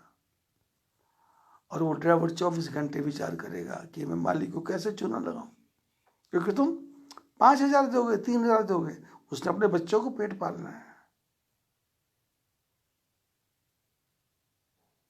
उसके पास भी स्कीम है, उसके पास भी योजना है, कैसे तुमको चूना लगाना है। उसके साथ में तुम लाखों रुपया गाड़ी में रख के ला रहे हो, तो वो भी स्कीम बनाता है कि ये मालिक लाख कमाता, तुम्हें भी तो कुछ मालूम। देखा देखी काम नहीं करना। मैं तो, मेरे शिष्य परिवार हैं, यदि कोई कार लेने के बारे में मेरे से पूछता है तो मैं बोलता हूँ, भाई कार क्यों ले रहे हो, किस लिए ले रहे हो? अभी कारें लोगों की इस समय सबकी खड़ी है ना, स्कूटर भी खड़े हैं, घरों के अंदर बंद है। और आपको मालूम ही नहीं है कि पिछले 1 महीने में भारत सरकार को अरबों रुपए का फायदा हो गया, क्योंकि डीजल पेट्रोल हम मंगवा नहीं रहे, अरबों रुपए का फायदा हो गया। वो अरबों रुपया मोदी जी लोगों में बांट देंगे, लोगों का काम चल जाएगा। पर हमने तो, एक आदमी ने कार रखी, अकेला जा रहा है, रास्ते में कोई हाथ देता तो उसको बिठाता नहीं है कि 4 सवारी है, बैठा लो, ले जाओ, पर ना, मेरी गाड़ी में कोई नहीं बैठना चाहिए। और ठाकुर जी ने कहा, चलो लानत, चलो छोड़ो भूखे नंगो, तुम किसी को बिठाते नहीं, तुम भी गाड़ी में नहीं बैठ सकते, अब तुम चल भी नहीं सकते, रखो घर में। आप बिजनेसमैन, आपने गाड़ी रखी है, आपका इंस्पेक्टर कभी फोन करेगा हमको गाड़ी दो, आपका एमएलए कभी फोन करेगा हमको गाड़ी दो, आपका एमपी कभी फोन करेगा गाड़ी दो, देनी पड़ेगी। पड़ोस में कोई बीमार हो गया और वो आपके पास आया, भाई साहब गाड़ी दोगे तो बुरे बने, नहीं दोगे तो बुरे बने, और फिर बाद में लोगों को सुनाओगे हम गाड़ी लेके। अरे आज सरकार ने बसें चला रखी हैं, 40-40, 50-50 लाख की बस है। अरे उठाओ बैग, बस में बैठो, एक कंडक्टर, एक ड्राइवर, जिधर उतरना है वहीं उतारेगा। 10, 20, 50, 100 रुपये में काम चल जाता है। और होड़ मची, होड़ मची है। भारत में गाड़ी रखने की जगह नहीं है। अभी मैं देहरादून से आया बद्रीनाथ की तरफ, आश्रम की तरफ, तो रास्ते में सड़क के किनारे गाड़ियां खड़ी हैं, कोई नहीं चल रहा, सिर्फ मेरी गाड़ी चल रही थी और किसी की नहीं चल रही। धन से धर्म करना है और ठाकुर जी ने समय दिया तो इसको हरि के भजन में लगाना है। श्वासे श्वासे हरिर नाम, श्वास श्वास में हरि का नाम। भगवान से प्रार्थना करो, प्रभु कष्ट से कोई ना मरे, दुख से कोई ना मरे, जो मरे उसकी सहज मृत्यु हो, जब तक जिए खुशी से जिए।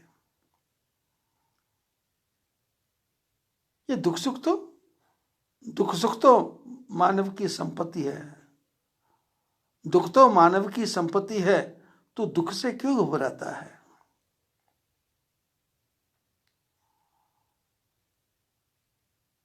सुख है संध्या का लाल क्षितिज और उसके बाद अंधेरा है, दुख है प्रातः का झुटपुटा सा और उसके बाद सवेरा है। सुख जाएगा तो दुख देकर, दुख जाएगा तो सुख देकर, सुख देकर जाने वाले से तू क्यों इतना घबराता है?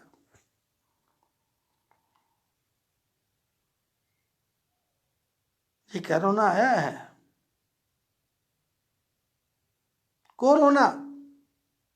कोरोना, इसको पलट दो तो क्या लिखा? रुको ना।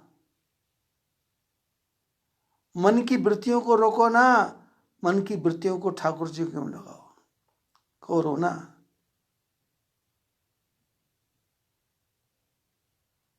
रोको ना,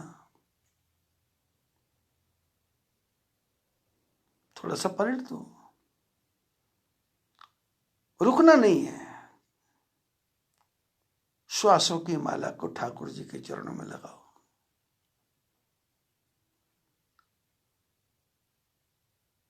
वाणी से भगवान का कीर्तन, वाणी से भगवान का कीर्तन करो, परमात्मा का स्मरण करो, ही स्मरण करो। और जितना जितना स्मरण करेंगे उतनी उतनी बुद्धि शुद्ध होती चली जाएगी। तो अपना प्रसंग चल रहा था कि बलि ने भगवान की भक्ति की, गंगा प्रकट हो गई। अब हमको थोड़ा सा अपनी वृत्ति को चेंज करना पड़ेगा।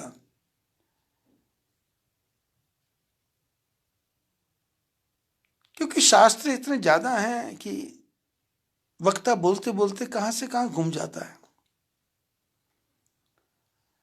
और ये बोलने का लक्ष्य मेरा क्या है? वाणी विलास नहीं है, वाणी विलास नहीं है, यह है ज्ञान, गूढ़ ज्ञान। और गूढ़ ज्ञान सीधे साधे शब्दों में, प्रैक्टिकल में, थ्योरिकल नहीं, दिखावा नहीं।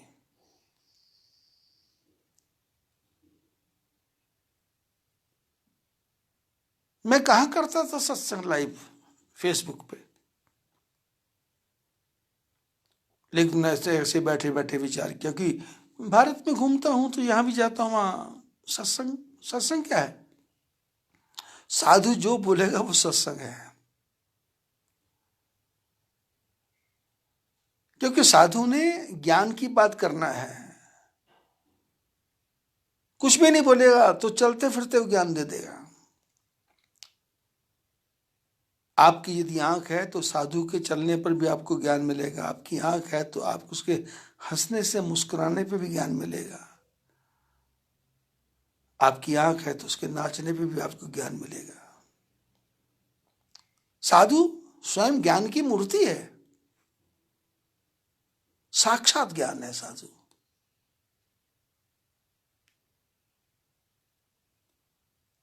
मैं वाणी विलास नहीं कर रहा, मैं तो आपको टुकड़े टुकड़ों में अच्छी बातें परोस रहा हूं, आपके स्वाद अनुसार नमक मिर्च मसाला लगा के, चीनी डाल के कभी हलवा बना के खाता हूं, खिलाता हूं, कभी सूजी का हलवा, कभी आटे का हलवा, कभी बेसन का हलवा, कभी रबड़ी, कभी रसमलाई। स्वादानुसार भोजन, स्वाद के अनुसार जैसा भी स्वाद है। मैं तो थाली परोस दी है, आपको डायबिटीज है तो रसमलाई एक तरफ रख दो, आपको ब्लड प्रेशर है तो नमक कम कर लो, आप गले में टॉन्सिल्स हैं तो अचार खाना बंद कर दो। मैं तो थाली परोस दी है, 56 भोग लगा दिए हैं। अब 56 भोग खाओगे तो पचाओगे कैसे? पचाने के लिए भी ताकत चाहिए, ऐसा आपका मन चाहिए, ऐसा आपका दिल चाहिए, ऐसी आपकी वृत्ति चाहिए। दिमाग में तो कचरा भरा है, ज्ञान टिकेगा कैसे?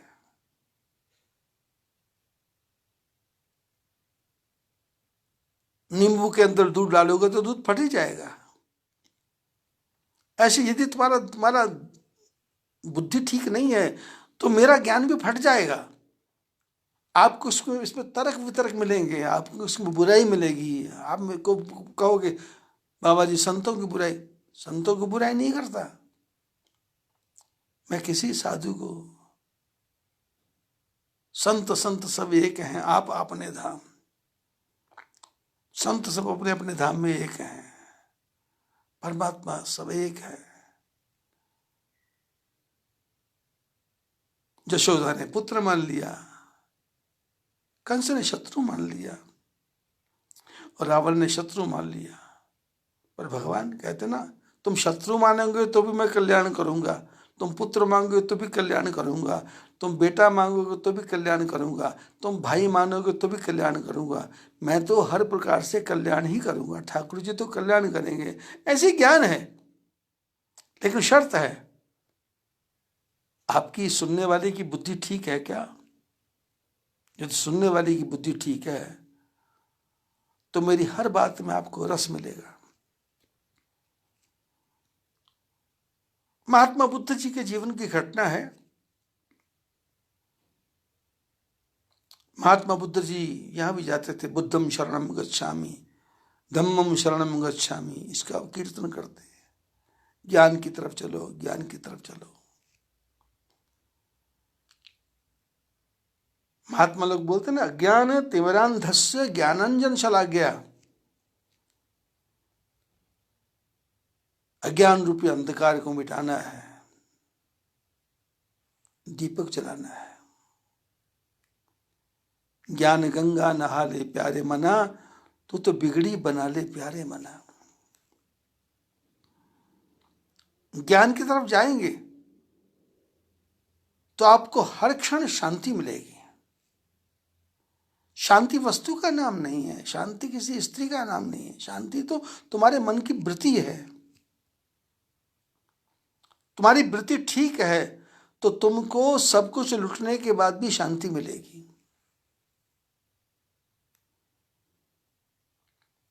नरसिंह भगत के जीवन की कथा है ना, नरसिंह भगत की कुटिया में आग लग गई,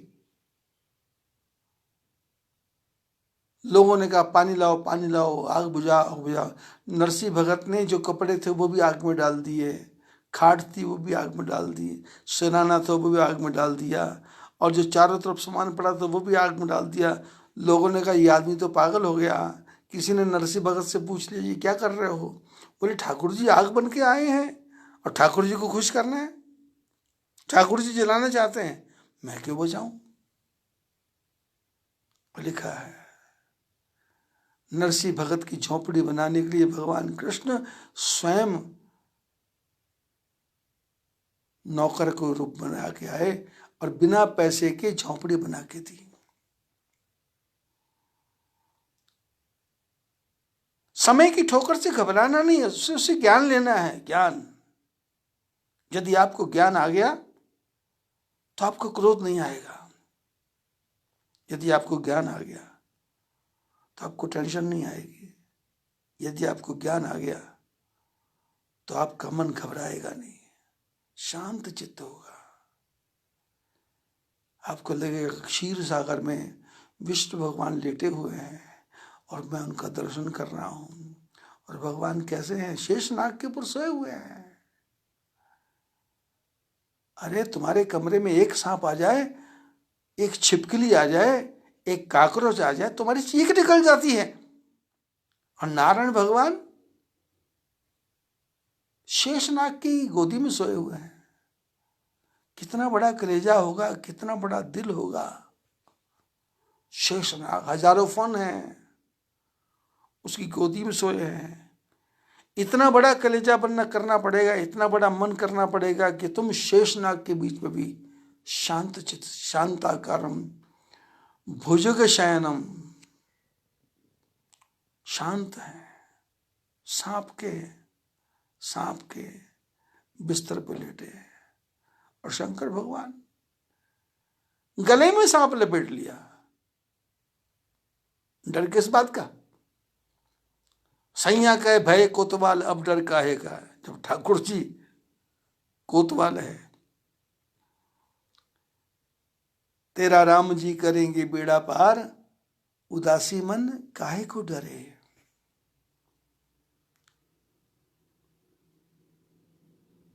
तेरा मन 24 घंटे उदास रहता है, तू क्यों डर रहा है?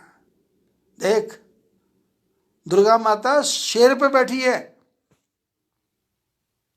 और हमको कहीं शेर की दहाड़ भी सुन ले तो हमारा कलेजा कांप जाता है। भूत है नहीं, लेकिन हमको इतना डर है बचपन से कि अकेले में जाते हैं तो पीछे मुड़ मुड़ के देखते, भूत तो नहीं आ रहा, भूत तो नहीं आ रहा। और कहीं सर की आवाज आती है तो हमारे रोंगटे खड़े हो जाते हैं, पूरे शरीर में सनसनाहट हो जाती। क्यों? भय से, भय के अंदर जी रहे हैं। भय ही खा रहे हैं, भय ही पी रहे हैं और 24 घंटे भय है, कुछ हो ना जाए, कुछ हो ना जाए, कुछ हो ना जाए। अरे कुछ नहीं होगा, जो ठाकुर जी ने करना वही होगा, उसके सिवाय कुछ होने वाला नहीं। तो मैं बता रहा था ना, भगवान बुद्ध अपने शिष्यों की मंडली के साथ जाते, गांव गांव घूमते, शहर शहर घूमते और सब जगह ज्ञान की गंगा बहाते। चलते फिरते उठते बैठते ज्ञान बांटते हैं। और जिस शहर में जाते हैं लोग उनको निमंत्रण देते हैं, भोजन हमारे यहाँ करो, भोजन हमारे यहाँ करो, भोजन हमारे यहाँ करो।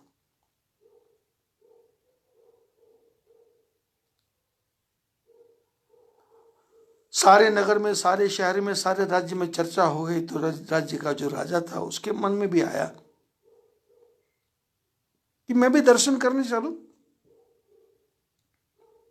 तो अचानक भगवान बुद्ध के पास आया, आके चरणों में प्रणाम किया और छूटते बोला, आप मेरे को ज्ञान दो, आप मेरे को ज्ञान दो। कई लोग मेरे को मिलते हैं, वो कहते हैं हमको ठाकुर जी का दर्शन कराओ। अरे तेरे काम तो हैं चोरों के और तू पढ़ता संतों की बाणी है? 24 घंटे ठगी ठोरी कर रहा है और ठाकुर जी के दर्शन की इच्छा है? ठाकुर जी ऐसे मिलते हैं क्या? किया परहेज कुछ भी ना, दवा खाने से क्या होगा? कर्म खोटे तो ईश्वर के भजन गाने से क्या होगा?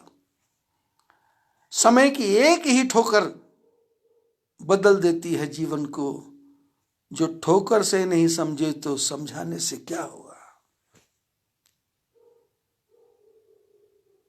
संत समझाते हैं, संत दुत्कारते नहीं है, संत गले से लगाते हैं, संत हृदय से प्रेम करते हैं। गुरु तारने वाला है, गुरु रास्ता बताने वाला है। पर गुरु रास्ता बताएगा, पर गुरु पहुंचाएगा नहीं। चलना तुमको पड़ेगा। तुम नहीं चलोगे तुम कह दोगे ठीक है गुरु मंत्र मिल गया, हो गया ना। गुरु मंत्र मिलने से कुछ नहीं है, वो तो तुमको टिकट दिए है। अब गाड़ी में तुमको बैठना है, चलना तुमको है, पहुंचना तुमको है। और जब मंजिल मिल जाएगी तो मंजिल मिलने के बाद में गुरु महाराज का स्वागत करना है।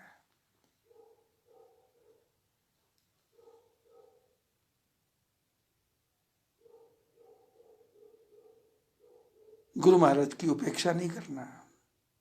आपको रास्ता बताया है, आपको रास्ता दिया है। महात्मा बुद्ध के चरणों में राजा आया और आकर के बैठा, और बैठते इसने कहा कि मुझे ज्ञान दो।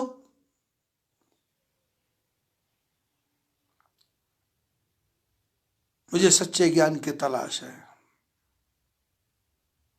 महात्मा बुद्ध बोले ठीक है, कल को मैं अपनी मंडली के साथ तुम्हारे घर में भोजन करने आऊंगा।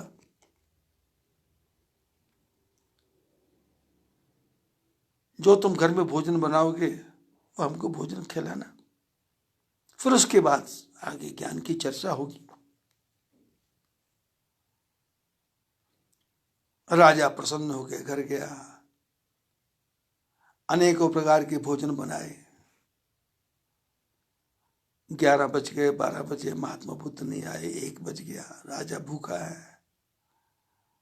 अब महात्मा नहीं आए तो थोड़ा उद्विग्न मन हो गया, मन अशांत हो गया। क्या बात है, मेरे घर में नहीं आए, क्यों नहीं आए? क्योंकि संत है ना, वो बातों बातों में परीक्षा ले लेते हैं। बातों बातों में वो तुम्हारे दिल की गहराई से ऐसी बात बाहर निकाल लेंगे जो तुमने किसी को बताई नहीं होगी। ऐसा को मत देंगे। पंजाब में एक बड़े अच्छे महात्मा हुए, बाबा नानक। बाला मर्दाना के साथ घूमते थे।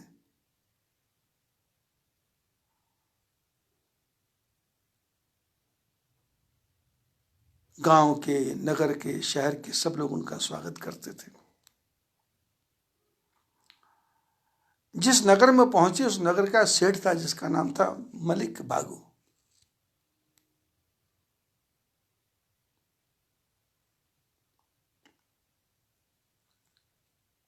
मलिक भागू नगर का सेठ, संपत्ति कितनी पता ही नहीं है। और वो इतना दिखावा करता कि जब उसके पास लाख रुपया हो जाता, सोने के लाख सिक्के हो जाते, अपने घर की छत पे डंडा लगाता, डंडे पे झंडा लगाता। सारा गांव देखता, कितने झंडे, 20, 50, 100। लोग दूर से पता लगते इसके पास इतना पैसा है। बाबा नानक गांव में गए, देखा तो सेठ, ये झंडे काय को लगा रखे? मंदिर है क्या? ठाकुर द्वारा है क्या? भगवान का घर है क्या? लोगों ने कहा ना ना ना, सेठ है, पैसे वाला है। बाबा नानक चलते चलते सेठ के घर पहुंच गए। सेठ ने स्वागत किया, भोजन पे बिठाया। बाबा जी ने कहा भूख नहीं है, आज भूख नहीं है। सेठ ने कहा बड़ी कृपा की आपने मेरे ऊपर, मेरे घर में पधारे, कोई सेवा हो तो बताओ। बाबा नानक ने अपनी जेब में से सुई निकाली, सुई निकाल के सेठ को दी और सेठ को कहा कि देखो ये सुई मेरी संभाल के रख लेना। इतना करोड़ों रुपए आपने संभाल के रखा, ये सुई भी संभाल के रखना। और मेरी प्रार्थना है ये सुई मेरे को अगले जन्म में दे देना। मेरे पास कोई जगह नहीं रखने की, इसलिए मैंने कहा आप ही के पास रख दूं। सेठ ने देखा, सुना, ज्यादा बात पे ध्यान नहीं दिया। सेठ ने वो सुई अपने कोट पे लगा लीजिए, कपड़े पे लगा ली, बाद में तिजोरी में रख देंगे। सेठानी सुन रही थी, उसकी धर्मपत्नी। जब अकेले में सेठ बैठा तो पत्नी ने कहा कि बाबा जी आपको क्या दे के गए? बोले सुई। क्या बोल के गए? बोले उन्होंने कहा कि भाई मेरे को अगले जन्म में दे देना, दे देंगे। सेठानी ने कहा आपको अगले जन्म का भरोसा है क्या? क्या भरोसा है इस जिंदगी का, साथ देती नहीं ये किसी का, क्या भरोसा है इस जिंदगी का। शम्मा बुझ जाएगी जलते जलते, शम्मा बुझ जाएगी जलते जलते। क्षमा है, दीपक बुझ जाएगा, तेल खत्म हो जाएगा, बुझ जाएगा। सेठानी ने कहा कि आपने ये क्या किया? सेठ तुरंत गया बाबा जी की झोपड़ी में, सुई रखो। बोले क्यों? बोले मैं अगले जन्म में वापस नहीं कर सकता, क्षमा करना। सेठ जी ने कि जब सुई नहीं दे सकता तो इतने करोड़ों के झंडे क्यों लगा रखे हैं भाई? इन झंडों को उतार, इस पैसे को लोगों में बांट। देखा नहीं आपने, सूरत में हीरे व्यापारी अपने नौकरों को बंगले बना के दे रहे, कारें बना के दे रहे, क्या क्या नहीं दे रहे, इंसेंटिव दे रहे। पैसा सबके पास जाना चाहिए। सेठ को थोड़ा ज्ञान हुआ तो सेठ ने बाबा जी को कहा कभी मेरे घर पधारो। बाबा जी घूमते घूमते एक दिन उस घर पहुंच गए और घर में भोजन बना हुआ था हर प्रकार का। सेठ ने कहा बाबा जी भोजन? बाबा जी ने कहा भूख नहीं है। अरे थोड़ा तो खा लो। बाबा जी ने कहा ना ना, इच्छा नहीं है। अरे मेरे मन को रखने के लिए खा लो। बाबा जी ने कहा ना, हमको भोजन नहीं करना। दोपहर के 2 बजे का समय हो गया था। सेठ ने कहा खाने का समय है। बाबा जी चले गए। सेठ के मन को दुख हुआ। सेठ बाबा जी के पीछे उनका भेद लेने के लिए पहुंचा, ये खाते हैं नहीं खाते हैं। बाबा जी अपना शिष्य जो कारपेंटर का काम करता था, तरखान का काम करता था, भाई लालो, भाई लालो के घर पहुंचे और बाबा जी के पैरों की आवाज चेला पहचान गया। चेला उठ के बाहर आया, गुरु महाराज के चरणों में प्रणाम किया और कहा बाबा जी भोजन करो। बाबा जी ने कहा भाई बहुत भूख लगी है। थोड़ा जोर से बोला और मलिक भागो ने सुन लिया।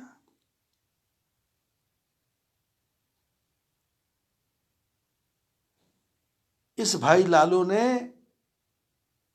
रोटी के 2 टिक्कड़ मर्दाने को दियो, 2 टिक्कड़ बाला को दिए, 2 टिक्कड़ बाबा नानक को दिए।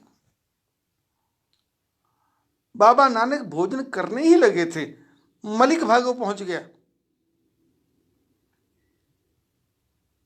और क्रोध करके बोला आप महात्मा हो झूठे,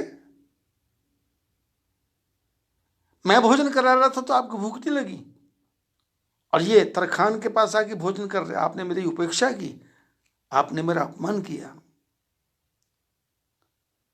क्रोध में बोला। बोले बाबा नानक शांत हैं।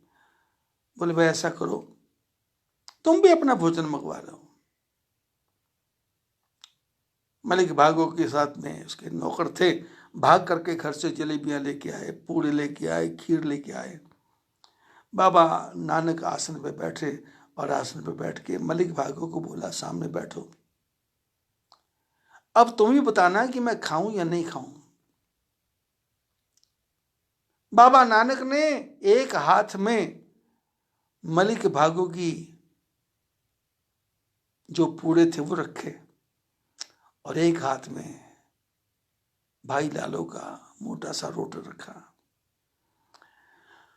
दोनों को जोर से दोनों हाथ से निचोड़ा तो भाई लालो के रोटी में से दूध निकल रहा है और मलिक भागो की रोटी में से खून निकल रहा है। खून देख करके मलिक भागो तो घबरा गया। बाबा जी ये क्या है? बोले बताओ हम खून खा पिए, या कि दूध पिए। इसने का खून, बोले तुमने छल कपट प्रपंच करके पैसा कमाया, झूठ की कमाई खाई, यदि हम खाएंगे तो हमको उसका दंड भोगना पड़ेगा। हम तेरा भोजन नहीं कर सकते,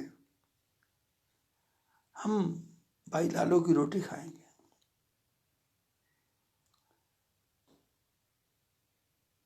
सेठ का क्रोध शांत हो गया और सेठ ठीक रास्ते पर चल पड़ा। तो मैं सुना रहा था, बता रहा था कि महात्मा बुद्ध राजा के बुलावे पे धीरे धीरे जा रहे हैं। 2 बजे का समय हो गया, राजा को भूख लगी हुई थी, लेकिन भोजन तैयार करके दरवाजे पे खड़ा है और इधर से आवाज आने लगी, बुद्धम शरणम गच्छामि, धम्मम शरणम गच्छामि। महात्माओं की मंडली आ रही है, शिष्य साथ में है, धीरे धीरे चल रहे हैं, नीचे देख के चल रहे हैं। महात्मा बुद्ध ने शिष्यों को बोला कि तुम थोड़ा आगे चलो, मैं आता हूं। महात्मा बुद्ध रुके। एक जगह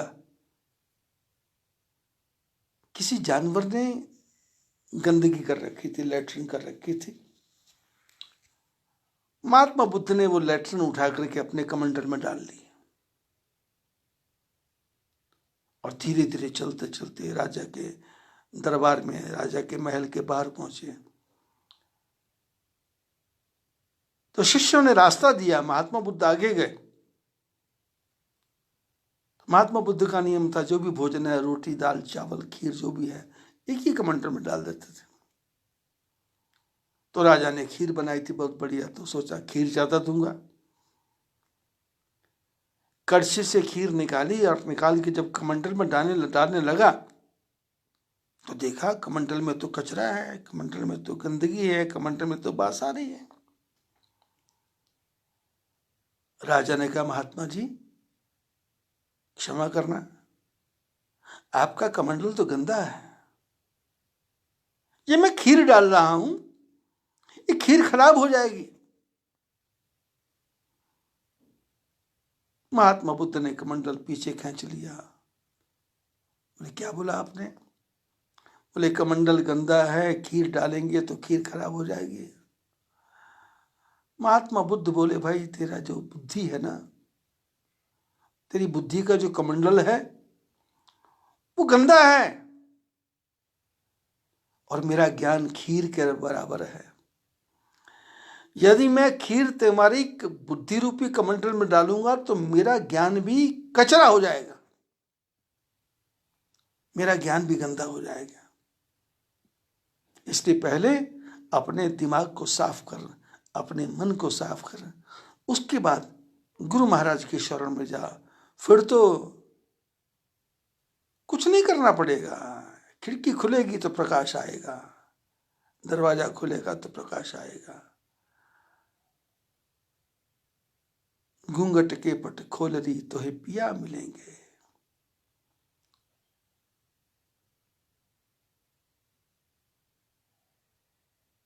विद्यते हृदय ग्रंथि छिद्यते सर्व संशय। संत क्या करेंगे? आपके हृदय की ग्रंथि को फाड़ देंगे, बेच देंगे और संशय को दूर कर देंगे। क्योंकि शास्त्र में कहा संशय आत्मा विनश्यति, संशय होगा तो ऐसा आदमी, उसका विनाश हो जाता है। गुरु क्या करते हैं? संशय को दूर करते हैं। विद्यते हृदय ग्रंथि, जो हृदय में गांठें पड़ी हैं उन गांठों को खोल देते हैं। जब गांठें खुल जाती हैं कपड़ा सीधा हो जाता है, कपड़ा काम में आता है। आज बस इतना ही।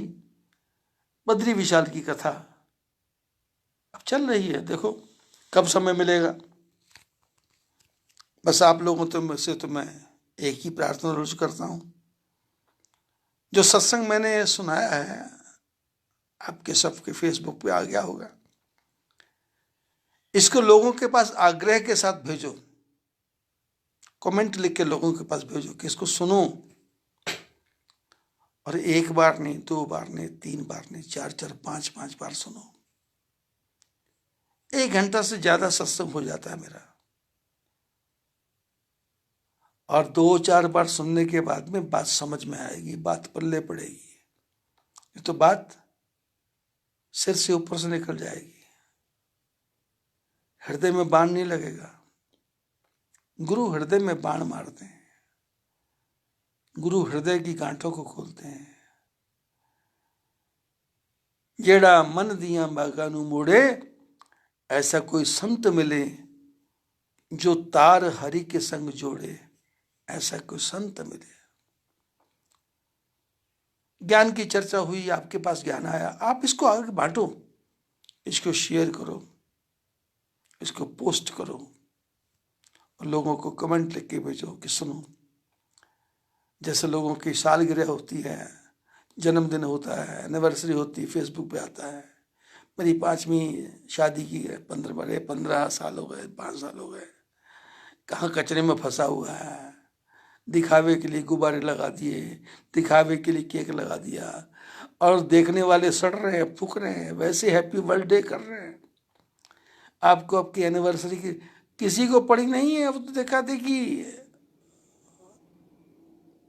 बस वो मीम भेज देते हैं, ताली बजा के भेज देते हैं, हैट लगा के भेज देते हैं, बस काम चालू है।